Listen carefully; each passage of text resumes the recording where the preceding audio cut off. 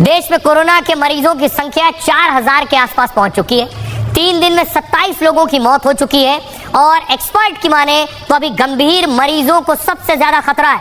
हृदय, श्वास और अन्य मरीजों को विशेष ध्यान रखना है। कोरोना के ज्यादातर मरीजों को 3 से 4 दिन में छुट्टी मिल जाती है।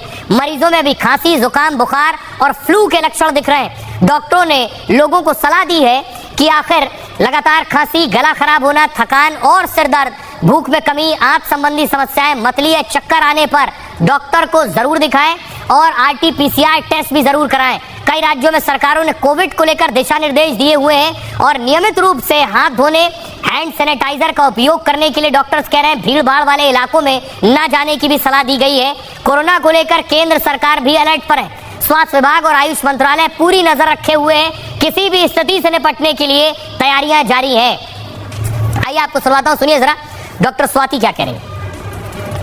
देखिए, स्थिति बहुत ही कंट्रोल में है। अगर मैं RML की बात करता हूं तो RML में अभी तक 4 पेशेंट पॉजिटिव आए थे। चारों के चारों जो है स्टेबल कंडीशन से वापस चले गए हैं। बिल्कुल बढ़ रहे हैं केसेस, लेकिन अगर मैं प्रिपरेशन की बात करता हूं RML की, अगर मैं एक तरफ जहां भारत में इस वक्त कोरोना के मामले बढ़ रहे हैं, वहां हर किसी व्यक्ति को कोरोना का टेस्ट कराने की जरूरत बिल्कुल भी नहीं है। अगर किसी को हल्का बुखार है, बदन में दर्द है, सर दर्द है, गले में दर्द हो रहा है या कोई व्यक्ति अगर उल्टी दस्त से इस वक्त जूझ रहा है, तो ऐसी स्थिति में आपको शुरुआती दिनों में कोरोना का टेस्ट कराने की जरूरत बिल्कुल भी नहीं है। लेकिन अगर किसी को अब बारी है आज के सूत्र की।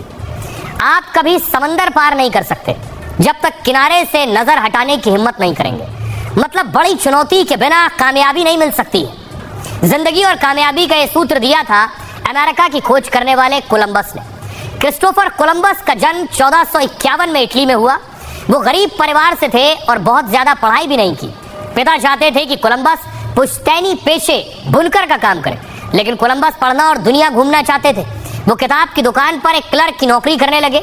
दुकान में वो समुद्री दुनिया से जुड़ी किताबें पढ़ते रहते थे। एक दिन महान गणितज्ञ पाइथागोरस की किताब उनके हाथ लग गई। किताब में लिखा था कि दुनिया गोल है।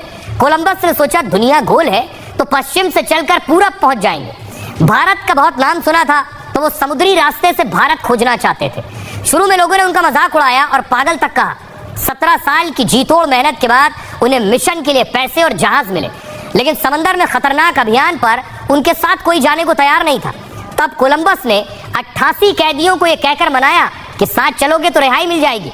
समंदर में कैदी उनके साथ निकल पड़े, लेकिन 2 महीने तक जब धरती नहीं मिली तो वो बगावत पर उतर आए और कोलंबस को मारने की धमकी देने लगे। कोलंबस ने उन्हें मनाया और समंदर में सफर जारी रखा। आखिरकार 71 दिन बाद उन्हें धरती मिली। कोलंबस को लगा वो भारत पहुंच गए और उसे इंडियाना नाम दिया, लेकिन असल में वो अमेरिका पहुंच गए थे। पहली बार समुद्री रास्ते से अमेरिका की खोज हुई थी। बाद में कोलंबस ने कई और देश खोजे और अपने सफर से सूत्र दिया।